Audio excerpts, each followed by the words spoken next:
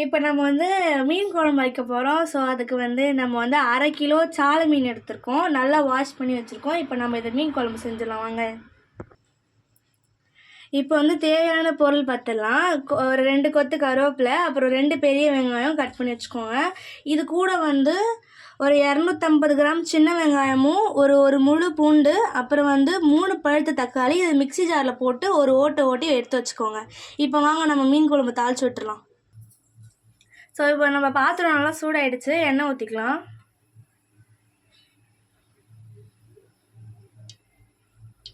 இப்போ வந்து எண்ணெய் நல்லா காயட்டும். இப்போ நம்ம வடகம் போட்டுக்கலாம். இப்போ நம்ம வந்து வடகம் போட்டுக்கலாம்.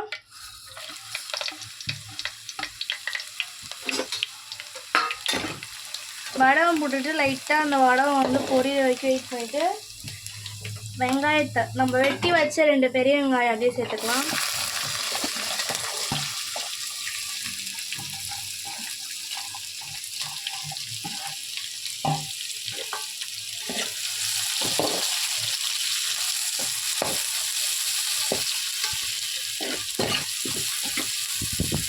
இப்போ வந்து இந்த வெங்காயம் வேகிறதுக்கு எப்பயும் போல் ஒரு சிட்டிக்கால் உப்பு போட்டுக்கலாம்.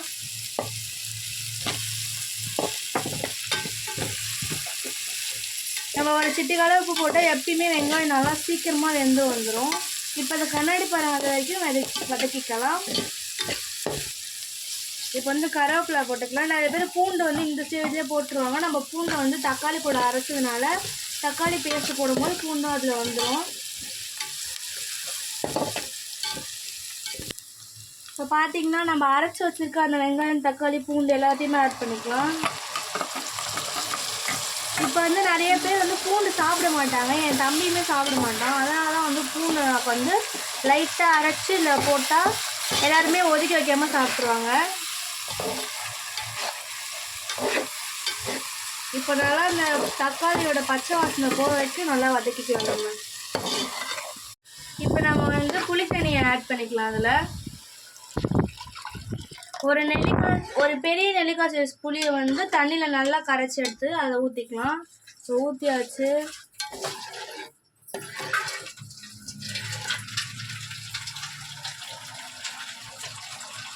இப்போ தேவையான அளவு உப்பு போட்டுடலாம் மீன் குழம்புக்கு.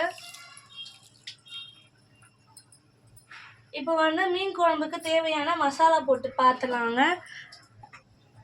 1/2 டேபிள் ஸ்பூன்,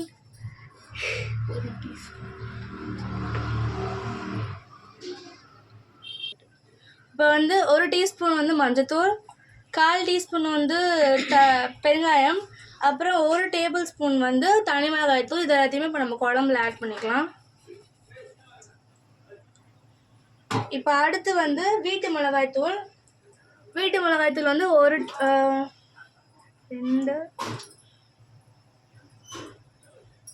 3 டேபிள் ஸ்பூன் வீட்டு மிளகாய் தூள் வந்து ஆட் பண்ணிக்கோங்க.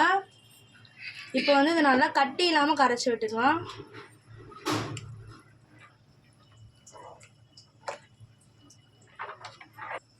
இப்போ வந்து மீன் குழம்புல நம்ம எல்லா மசாலாமே போட்டாச்சு. இப்போ மீன் குழம்பு வந்து நல்லா கொதிச்சு வரட்டும். அது கொதி வர வரைக்கும் வந்து மீன் குழம்பு வந்து நம்ம மூடி போட்டு வச்சுக்கலாம்.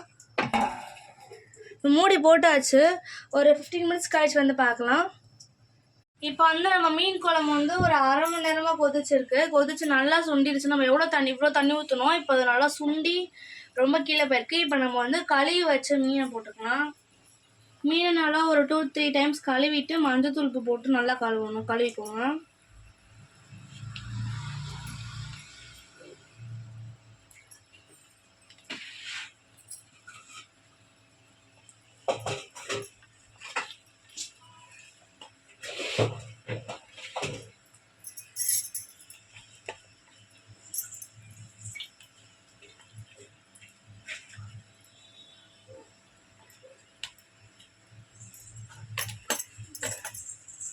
இப்போ வந்து மீன் குழம்புல வந்து எல்லா மீனையுமே போட்டாச்சு. ஸோ மீனை போட்டுட்டு கிண்டி விடக்கூடாது. ஸோ லைட்டாக அப்படியே வந்து மீனை வந்து நல்லா குழம்பு முழுவ விட்டுருவேன். மீனை வந்து கிண்டினீங்கன்னா மீன் குழம்பு வந்து அதில் இருக்க மீனை வந்து உடஞ்சி சாப்பிட முடியாத அளவுக்கு முள்ளு நிறைய கொட்டிடும்.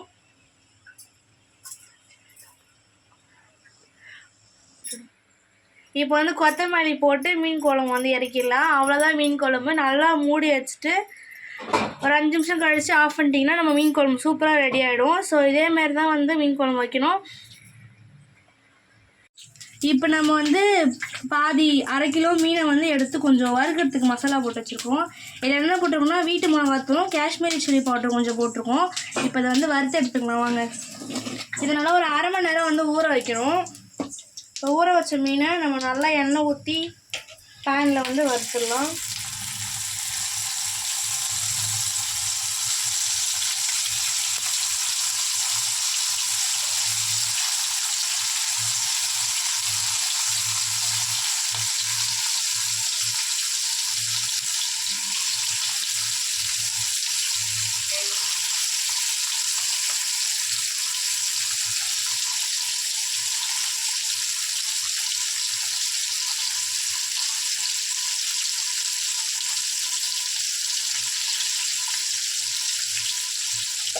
ஸோ இப்போ மீனை வந்து வறுக்க போட்டாச்சு.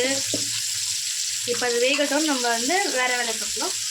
இப்போ வந்து சூப்பராக வந்து நம்ம மீன் குழம்பு வந்து செஞ்சு முடிச்சாச்சு. மீன் குழம்பும் செஞ்சாச்சு, மீன் ஃப்ரையும் செஞ்சாச்சு. ஸோ இந்த வீடியோ உங்களுக்கு ரொம்ப பிடிச்சிருந்துச்சுன்னா இந்த வீடியோக்கு ஒரு லைக் பண்ணுங்கள்.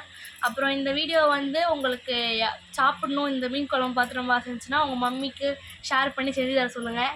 அப்புறம் மறக்காமல் இந்த வீடியோ எப்படி இருந்துச்சுன்னு கமெண்ட் பண்ணிட்டு போங்க. அப்புறம் வந்து நம்மளோட சேனலை சப்ஸ்கிரைப் பண்ணி வச்சுக்கோங்க. அப்போ தான் நம்ம டெய்லி போடுற வீடியோ வந்து உங்களுக்கு டெய்லி உடனே வந்துடும். And thank you guys, bye.